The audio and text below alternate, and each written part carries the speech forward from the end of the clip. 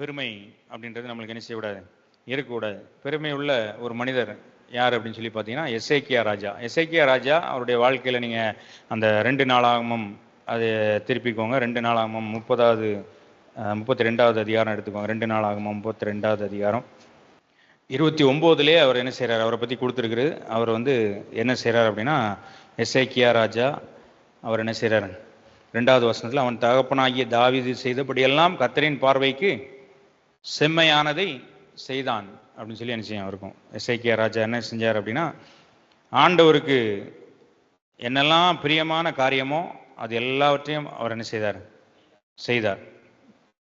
தேவனுக்கு பிரியமில்லாத காரியத்தெல்லாம் அந்த நாளில் அதுலேருந்து என்ன செய்கிறார், இஸ்ரேல் ஜனங்கள்ட்ட இருந்து எல்லாத்தையும் என்ன செஞ்சார், எடுத்து போட்டார், விலக்கி போட்டார். இன்னொரு இடத்துல நம்ம 30வது அதிகாரத்தில் நம்ம வாசிக்கும் போது 19வது வசனத்தில் அங்கே இந்த ஆசாரியர்கள் எல்லாருமே என்ன செய்யணும் அப்படின்னா, முன்னாடி காலத்தில் பரிசுத்தம் பண்ணணும். பரிசுத்தம் பண்ணணும்னா ஜோம் பண்ணுறது இல்லை, என்ன செய்கிறாங்க, அவங்க சில காரியங்களை, ஒரு சில சடங்குகளை பண்ணணும் இந்த உள்ள வர்றதுக்கு முன்னாடி. ஸோ அங்கே பார்த்தீங்கன்னா அங்கே சிலர் என்ன செஞ்சாங்களாம், அதில் 19வது வசனத்தில் நம்ம வாசிக்கிறோம், எசேக்கியா அவர்களுக்காக விண்ணப்பம் பண்ணி தங்கள் பிதாக்களின் தேவனாகிய கர்த்தரான தேவனை தேடும்படிக்கு தங்கள் இருதயத்தை நேராக்கினவர்கள் பரிசுத்த தலத்திற்கு ஏற்ற சுத்தாங்கம் அடையாதிருந்தாலும் கிருபையுள்ள கர்த்தர் அவர்கள் எல்லாருக்கும் மன்னிப்பீராக அப்படின்னு சொல்லி அவர் ஜெபம் பண்றாரு. எல்லா மனசை சரி பண்ணிட்டாங்க. ஆனால் இன்னும் ஆண்டவர் சொன்ன நியாய பிரமாணத்தின்படி சில காரியங்களை என்ன செய்யல, அவங்க சரி பண்ணலை. இருந்தாலும் ஆண்டவர் நீங்கள் என்ன செய்யுங்க, மன்னித்துருங்கன்னு சொல்லி கேட்குறாங்க. முன்னாடியெல்லாம் எப்படின்னா நியாய பிரமாணத்தில் என்ன இருக்குதோ அதுபடி கண்டிப்பாக செஞ்சு தான் ஆகணும். ஆனால் இவர் ஜெபம் பண்ணும் போது அதையும் ஆண்டவர் என்ன செய்கிறார், கேட்குறார். கர்த்தர் எசேக்கியாவின் விண்ணப்பத்தை கேட்டு ஜனங்களுக்கு அனுகூலம் பண்ணினார். ஆண்டவர் என்ன செய்கிறார், அனுகூலம், அவங்களுக்கு ஹெல்ப் பண்ணுறாரு. ஆண்டவர் இந்த மாதிரி நியாய பிரமாணத்தின்படி நீ நடக்கலனாலும் பரவாயில்ல அப்படின்னு சொல்லி நீ உன்னுடைய இருதயத்தை நீ மாற்றினேயே, எசேக்கியா ஜெபம் பண்ணுறனால நான் உனக்கு என்ன செய்கிறேன் எல்லாத்தையும். ஆமாம், அதுக்கப்புறம் நம்ம 31ல் நம்ம பார்த்தோம் அப்படின்னா 3வது வசனம், ராஜா பின்னாடி உள்ள பகுதி, செலுத்த வேண்டிய சர்வாங்க தகன பலிகளுக்கும் தன் ஆஸ்திகளில் இருந்து எடுத்த தன் பங்கை கொடுத்தான். அவனுடைய பங்கையும் என்ன செய்கிறான், கொடுக்குறான். அவனுடைய காசுல இருந்தும் என்ன செய்கிறான், ஆலயத்துக்கு என்று சொல்லி நிறைய காரியங்கள் என்ன செய்கிறான், கொடுக்குறான். ஸோ இந்த மாதிரி நிறைய விஷயங்கள் நல்ல ஒரு இதோடு இருக்குது. 31வது அதிகாரத்தில் கடைசி வசனத்தை நீங்கள் வாசிங்க.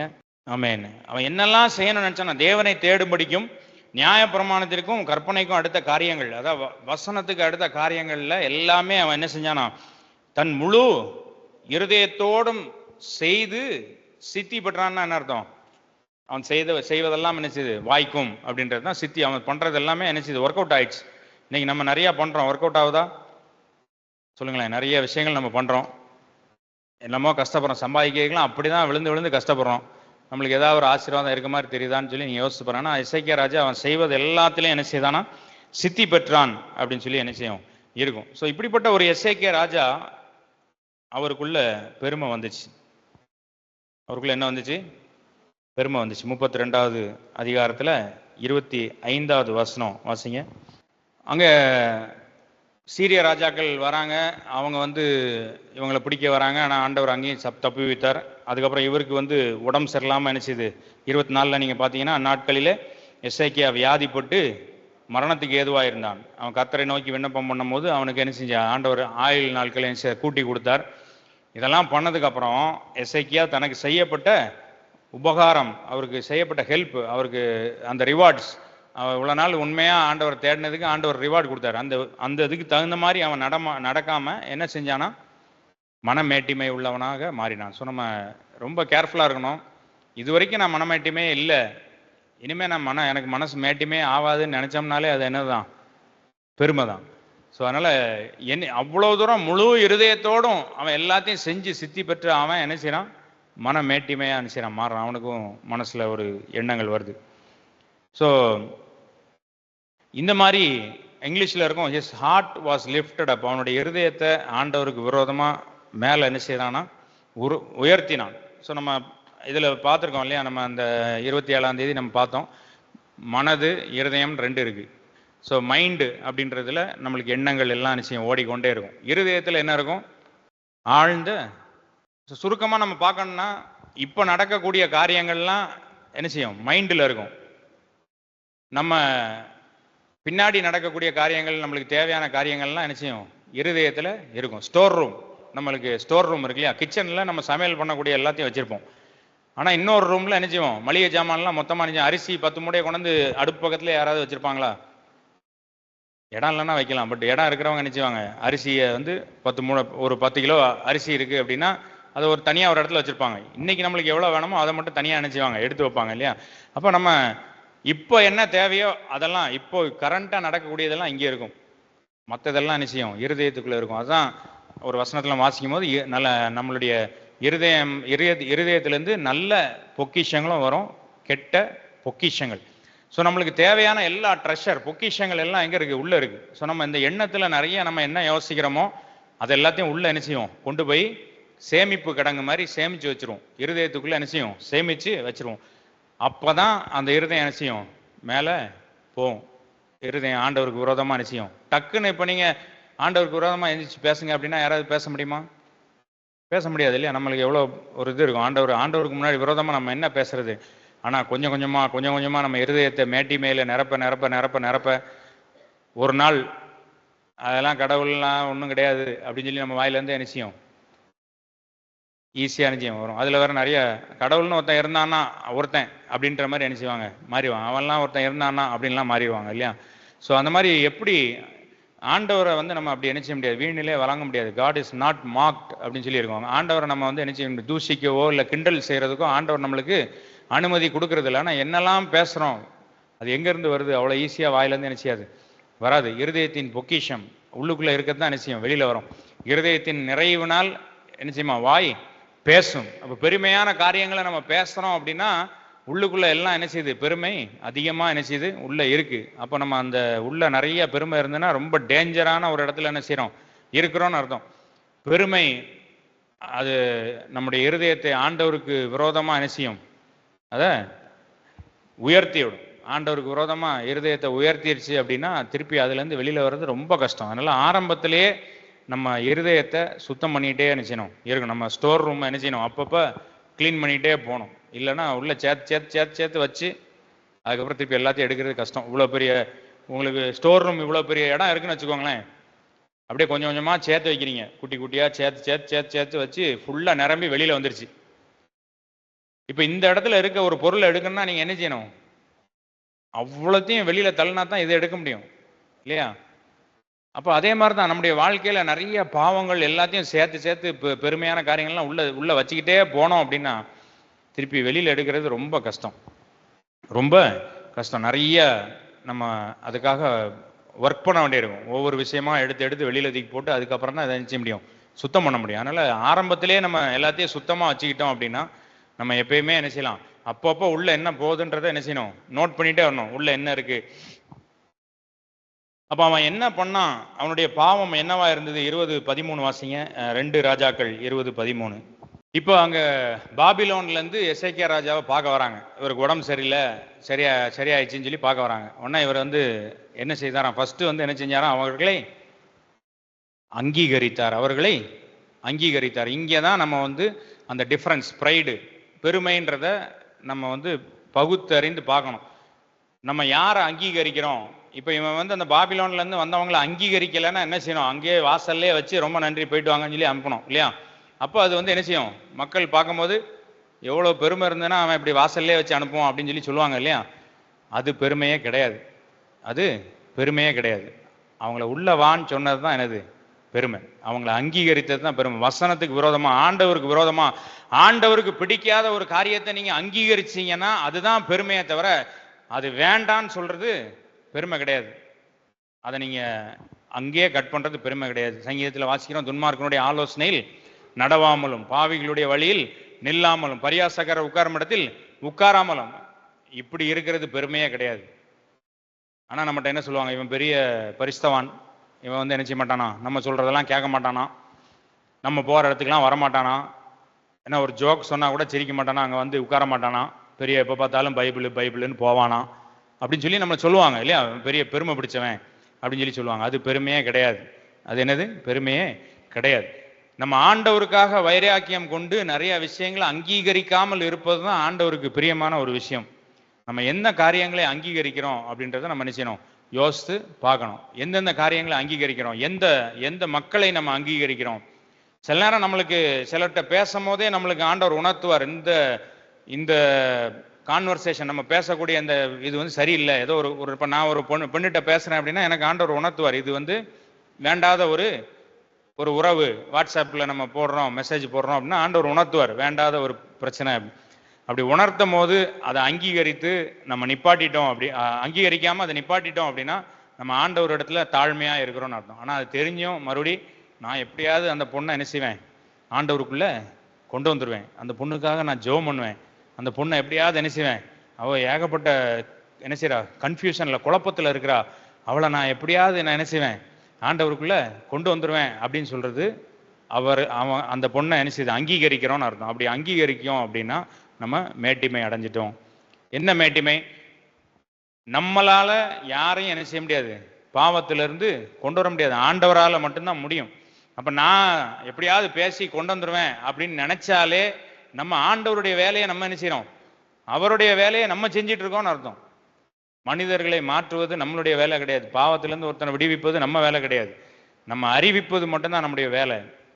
நம்ம வசனத்தை சொல்றது மட்டும்தான் நம்முடைய வேலை. அவங்கள வந்து உட்கார வச்சு அவங்கள பேசி அவங்கள எப்படியாவது கொண்டு வரணும், இதெல்லாம் நீங்க என்ன செய்ய வேண்டாம், என்னைக்குமே செய்ய வேண்டாம். யாரையும் நம்ம அங்கீகரிக்கிறோம் அப்படின்னா அதுக்கு முன்பாக நம்ம யோசிக்கணும், அது பெருமையான ஒரு விஷயமா ஆண்டவருக்கு முன்பாக இது பெருமைன்னு சொல்லி ஆண்டவர் பார்ப்பாரா, இல்ல தாழ்மைன்னு சொல்லி ஆண்டவர் பார்ப்பாரா?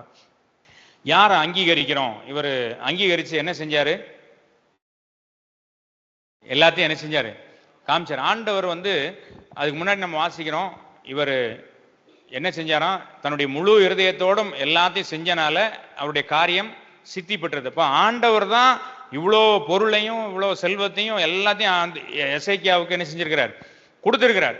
ஆனா இவர் என்ன பண்றாரு அப்படின்னா, பாபிலோன் ஆண்டவருக்கு பிரியமில்லாத ஒருத்தன் வந்து பார்க்குறான், அவன்கிட்ட போய் காமிக்கிறாரு, இங்கே பாருப்பா இதுதான் வந்து என்கிட்ட இருக்க கம்மல் அப்படின்னு சொல்லி காமிக்கிறான். உடனே அவன் பார்த்துட்டு, சே இந்த கம்மல் எவ்வளோ அழகா இருக்கு, இந்த நம்ம ஊர்லேயே இந்த மாதிரி ஒரு கம்மல் நான் பார்த்தது இல்லையே அப்படின்னோடனே டக்குன்னு என்ன பண்ணியிருக்கணும், ஆமாப்பா நீயும் ஜோம் பண்ணு ஆண்டவர் உனக்கும் கொடுப்பாருன்னு சொல்லி, சரி நீ கிளம்பு வந்த வேலை முடிஞ்சிட்டு போ அப்படின்னு சொல்லி சொல்லிடணும். ஆனால் இவர் என்ன பண்ணிட்டாரு, தன்னுடைய இருதயமாகிய பொக்கிஷத்தில் நிறைய மனமேட்டிமை இருந்தனால அவர் என்ன பண்ணிட்டாரு, ஆமா நீ என்ன இதுக்கே அப்படி சொல்லிட்ட, நீ இந்த செயினை நீ நம்பவே மாட்டேல்ல, அங்கே வரும் இந்த செயினை, கம்மலுக்கே அப்படி சொல்லிட்ட, செயின்லாம் எப்படி இருக்கு தெரியுமா அப்படின்ட்டு அடுத்த செயினை காமிக்க, வளையலை காமிக்க, ஒட்டியானத்தை காமிக்க, அப்படி இப்படின்னு என்ன செஞ்சாரு, போட்டு அவ்வளோத்தையும் ஓப்பன் பண்ணி இங்கே பாரு, இதை பாரு, அதை பாரு, இதை பாரு, இதெல்லாம் நீங்கள் நம்பவே மாட்டீங்க, நாங்கள் அங்கேருந்து என்ன செஞ்சோம், இறக்குமதி பண்ணி என்ன செஞ்சோம், கொண்டு வந்தோம்.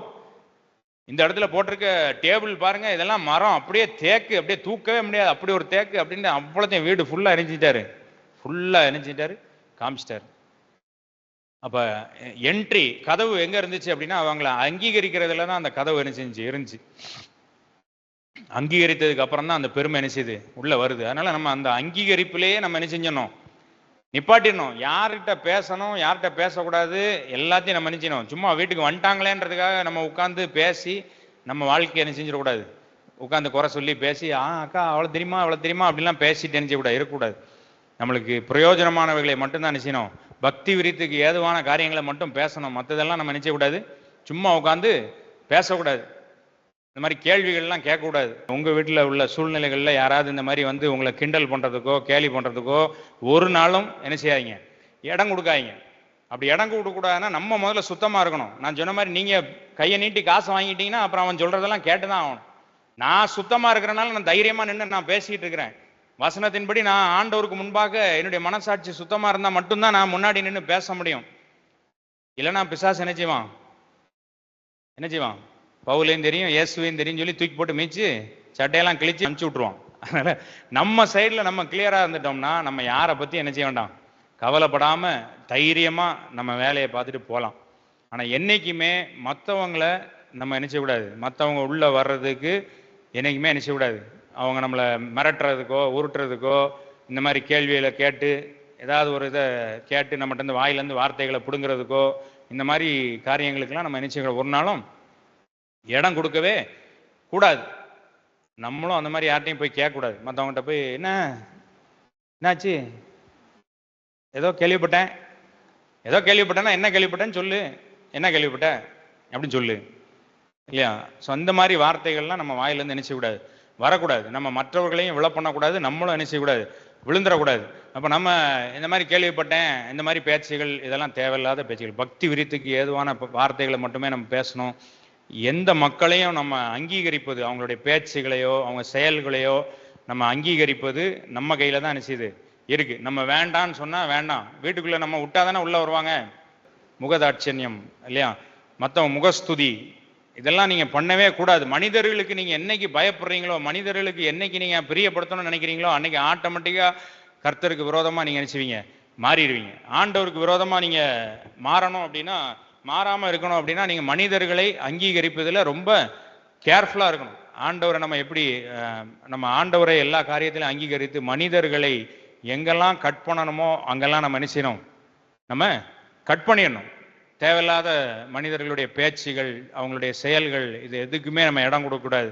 முதலாவது நம்ம தூய்மையா இருந்தா தான் இதை செய்ய முடியும். நம்மளுடைய மனசாட்சி இயேசுவின் ரத்தத்தினால கழுவப்பட்டிருந்தா மட்டும்தான் இதுல நம்ம ஸ்ட்ராங்கா ஸ்டடியா செய்ய முடியும், இருக்க முடியும். நம்மளே ஒரு தப்பை பண்ணிட்டு இருந்தோம் அப்படின்னா இன்னொருத்தவங்கிட்ட போய் நம்ம சொல்ல முடியுமா அதை பண்ணாத அப்படின்னு சொல்லிட்டு நம்ம சொல்ல முடியுமா? சொல்ல முடியாது. ஆட்டோமேட்டிக்கா அவங்களுக்கு கூடயே நம்மளும் சேர்ந்து நினைச்சியும் அவங்க இழுக்கிற இழுவையில நம்ம போய் கடைசி எங்க போயிடும், அந்த வெள்ளத்தில் அடிச்ச தண்ணியில் அடிச்சுட்டு போற மாதிரி நம்மளும் நினைச்சோம் அப்படியே போயிடும். அப்படி நினைச்ச கூடாதான், இருக்கக்கூடாது. அப்ப இந்த எசேக்கியா அவர் ஆரம்பத்துல உள்ள அங்கீகரித்தது ஒரு பெரிய தப்பு. அவர் வந்த உடனே என்ன மேட்டரோ அதை மட்டும் பேசிட்டு என்ன செஞ்சிருக்கணும்.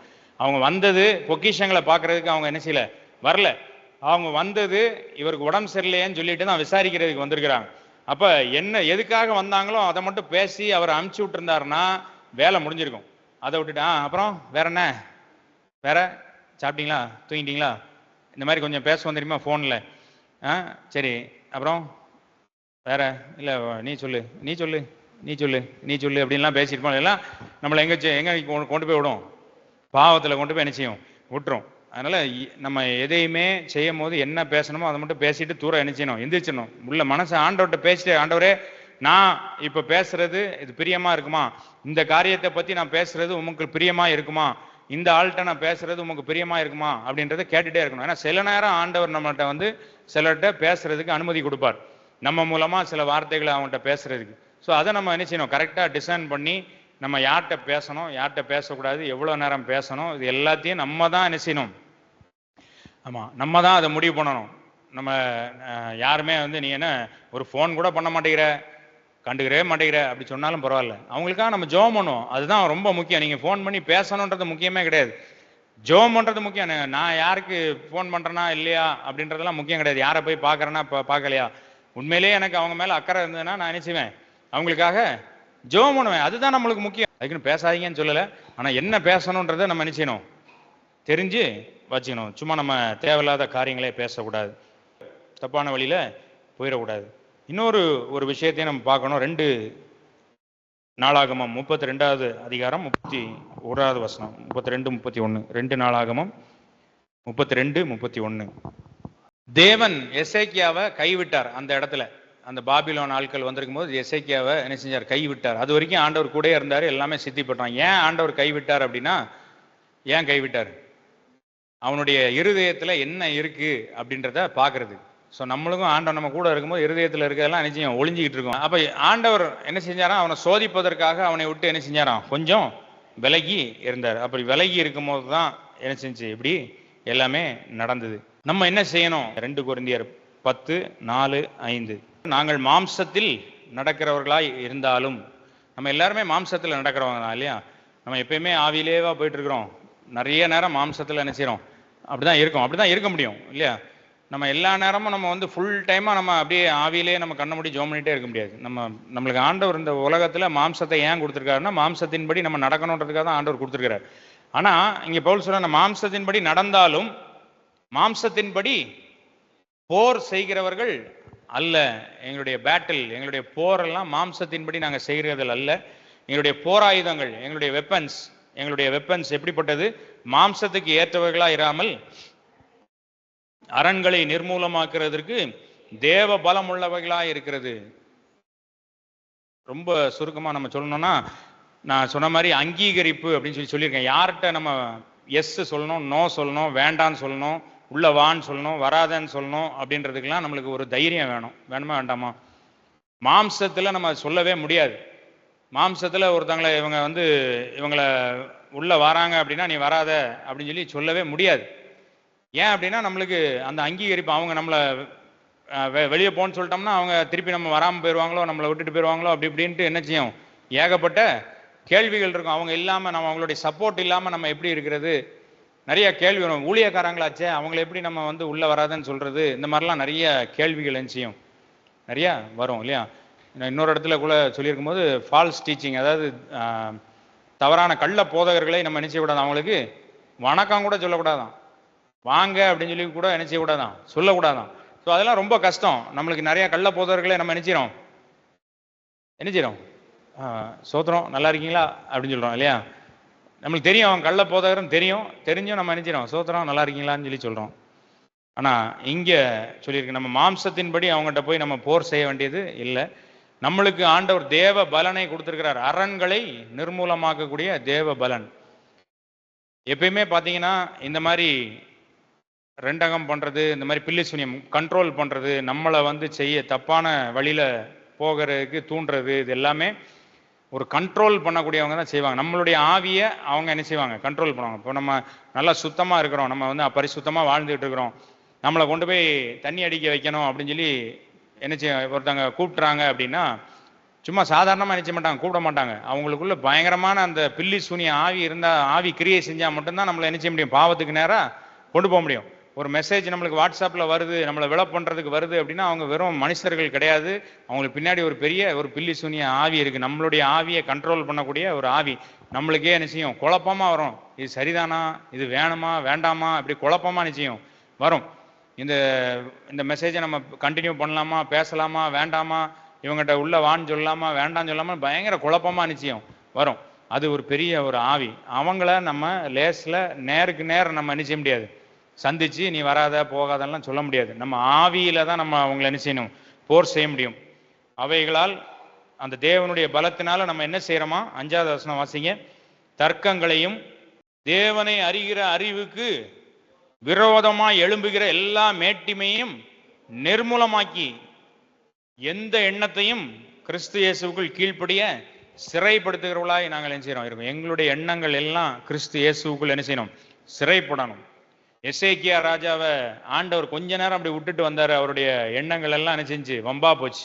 நம்மளுக்கு அப்படி வம்பா போகக்கூடாது அப்படின்னா நம்முடைய எண்ணங்கள் எல்லாம் எப்பயுமே கிறிஸ்து இயேசுக்குள் என்ன செய்யணும், சிறைப்படுத்தி வைக்கணும். நம்ம எப்பயுமே ஆண்டவருக்கு பிரியமான எண்ணங்களை தான் என்ன செய்யணும், நம்ம யோசிக்கணுமே தவிர நம்ம அதை விட்டுட்டு அந்த ஆண்டவர்ன்ற அந்த இதை விட்டுட்டு நம்ம வெளியில என்ன செஞ்சிடக்கூடாது, போயிடவே கூடாது. எல்லா மேட்டிமைகள், ஆண்டவரை அறிகிற அறிவுக்கு விரோதமான எல்லா மேட்டிமைகளையும் என்ன செய்யக்கூடாது, அக்செப்ட் பண்ணாம அதுக்கு எதிர்த்து நின்று நம்ம ஜெயிக்கணும் அப்படின்னா, எல்லாத்தையும் நிர்மூலமாக்கணும்னா நம்ம மாம்சத்துல போராடி யூஸ் கிடையாது, ஆவியில் என்ன செய்யணும், போராடணும். அப்போ ஆவியில போராடணும்னா நம்மளுடைய வாழ்க்கையை சரியானபடி என்ன செய்யணும், முதல்ல நம்மளுக்கு பெருமை இருக்கா அப்படின்றத நம்ம பார்த்து அதை சரி பண்ணிட்டு அதுக்கப்புறம் நம்ம எந்த ஒரு தவறான காரியத்தையும் என்ன செய்யக்கூடாது, அங்கீகரிக்கவே கூடாது. ஒருவேளை தெரியாம அங்கீகரிச்சிட்டனாலும் உள்ள வந்ததுக்கு அப்புறம் பொக்கிஷங்களை என்ன செய்யக்கூடாது, காட்டக்கூடாது.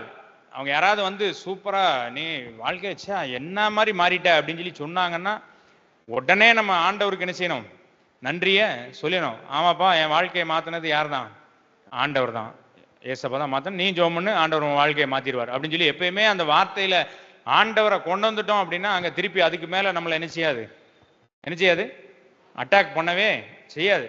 வசனத்தை பேசிக்கிட்டே இருக்கணும்.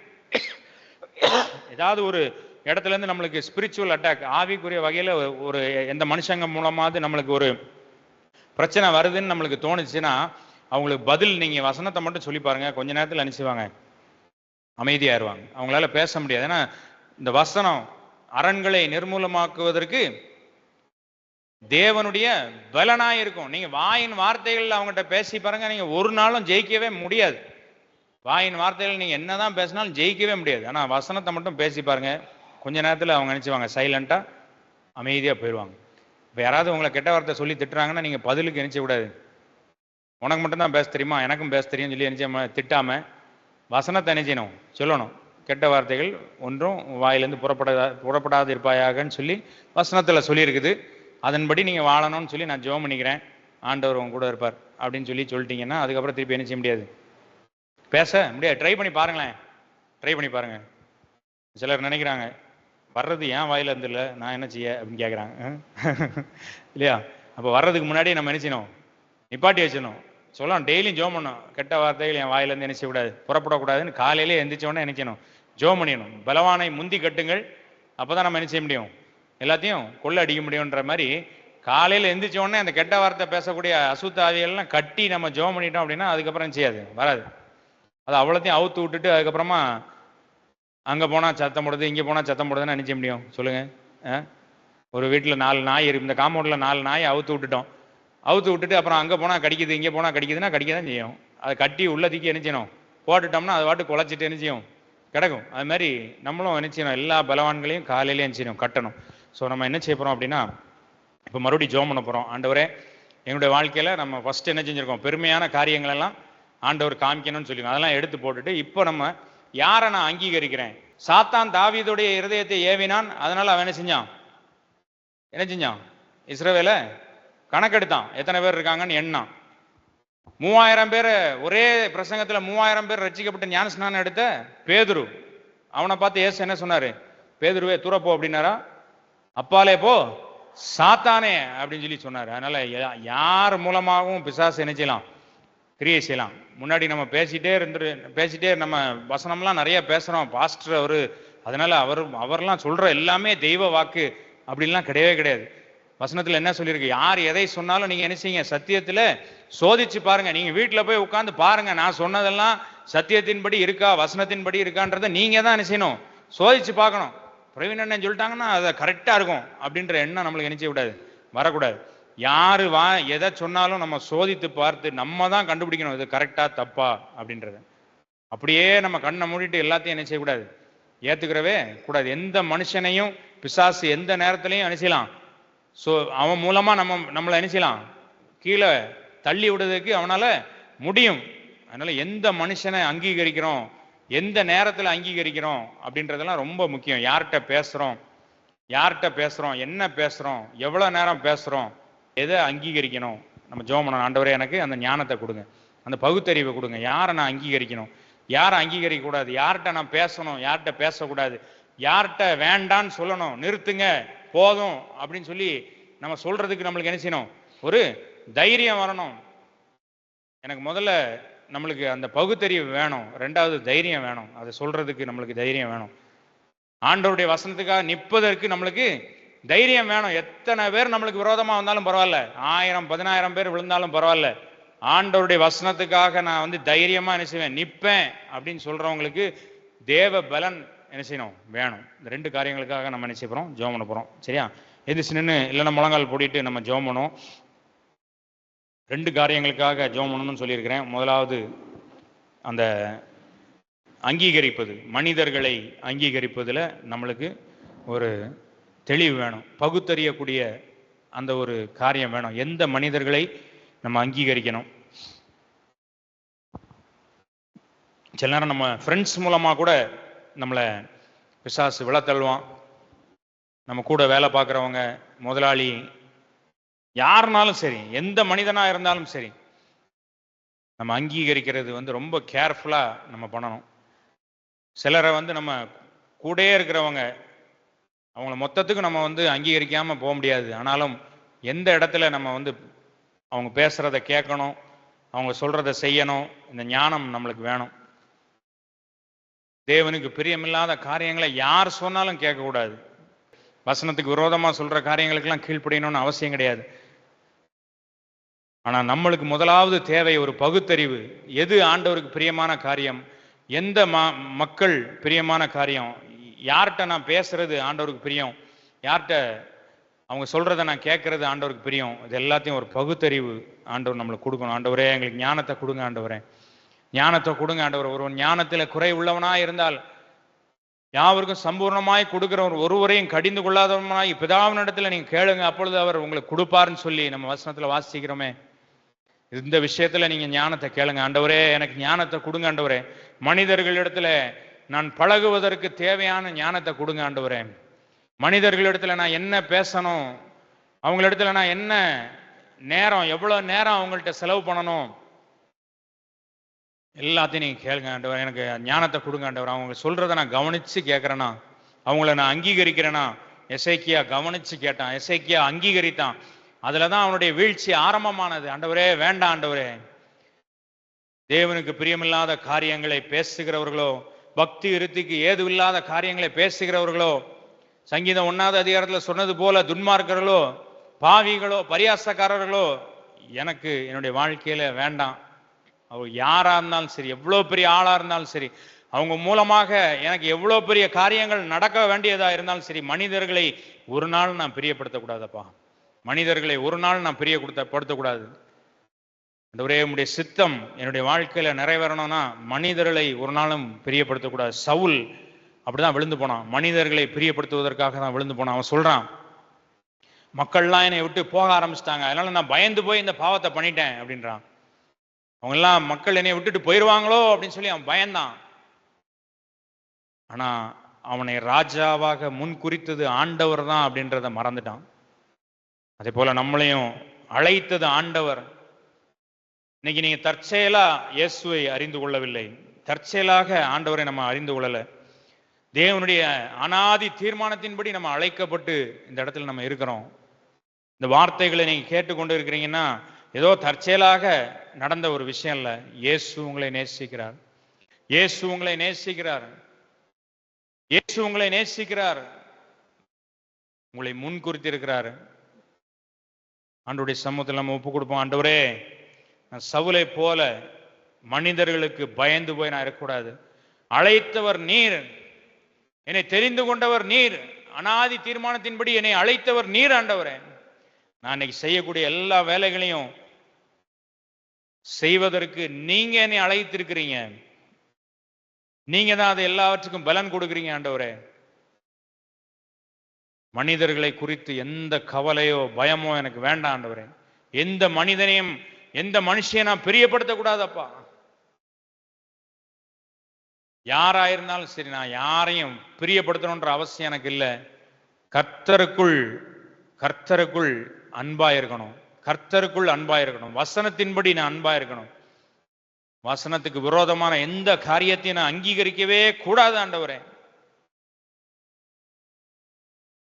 ஞானத்தை கொடுங்க ஆண்டவரே, ஞானத்தை கொடுங்கப்பா, ஞானத்தை கொடுங்க ஆண்டவரே. ரெண்டாவது, ஆண்டவர் நம்மளுக்கு ஞானத்தை கொடுத்ததுக்கு அப்புறம் நம்ம வேண்டான்னு சொல்றதுக்குள்ள தைரியம் நம்மளுக்கு வேணும். வேண்டான்னு சொல்றதுக்குரிய தைரியம் வேணும். அதுக்கு தேவனுடைய பலன் ஆவியிலே நம்மளுக்கு வேணும். மாம்சத்தின்படி நம்ம போற செய்கிறவர்கள் அல்ல, மாம்சத்தின்படி போர் செய்கிறவர்கள் அல்ல. ஆண்டவர்கிட்ட கேளுங்க, ஆண்டவரே, நாங்கள் மாம்சத்தின்படி போர் செய்யக்கூடாது. ஆண்டவரே, நாங்கள் மாம்சத்தின்படி எதையுமே செய்ய முடியவும் செய்யாது, மாம்சத்தின்படி நாங்கள் யோசிக்கவும் கூடாது. ஆண்டவரே, ஆவியின்படி நாங்கள் யுத்தம் செய்யணும். ஆண்டவரே, என்னுடைய போராயுதங்கள் எல்லாம் ஆண்டவரேப்பா மாம்சத்துக்கு ஏற்றவர்களா இல்லாமல் அரண்களை நிர்மூலமாக்குறதற்கு தேவ பலமுள்ளவா இருக்கிறது. எவ்வளவு பெரிய மனுஷனா இருந்தாலும் சரி, என்னைய கண்ட்ரோல் பண்ணணும்னு நினைச்சா நான் அதுக்கு நான் விடமாட்டேன்.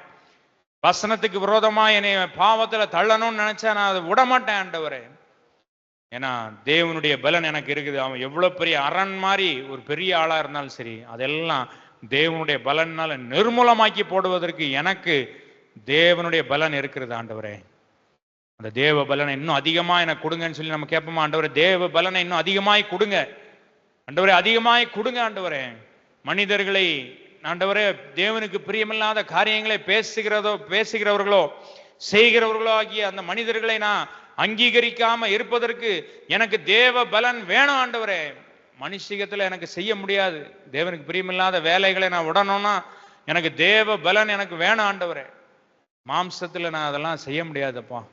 தேவனுடைய பலன் வேணும், தேவனுடைய பலன் எனக்கு வேணும். ஆண்டவரேன்னு சொல்லி கேளுங்க. ஆண்டவரே, எனக்கு தேவனுடைய பலன் வேணும்.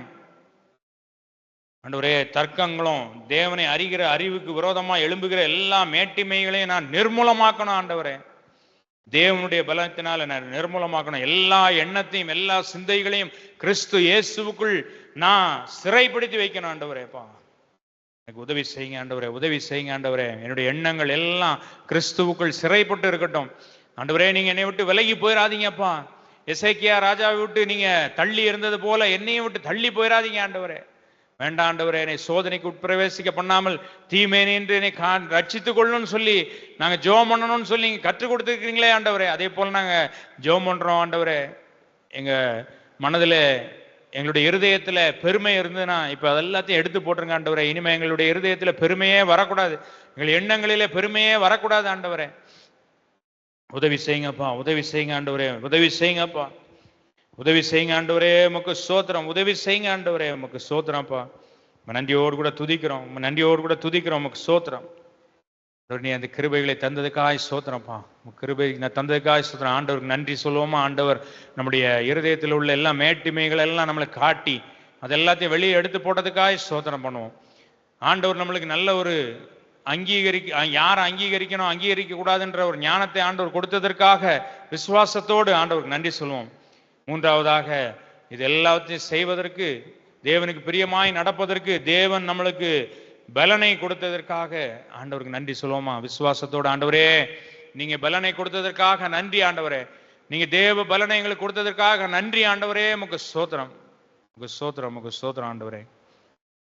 நாமத்துக்கே மகிமை உண்டாதாக.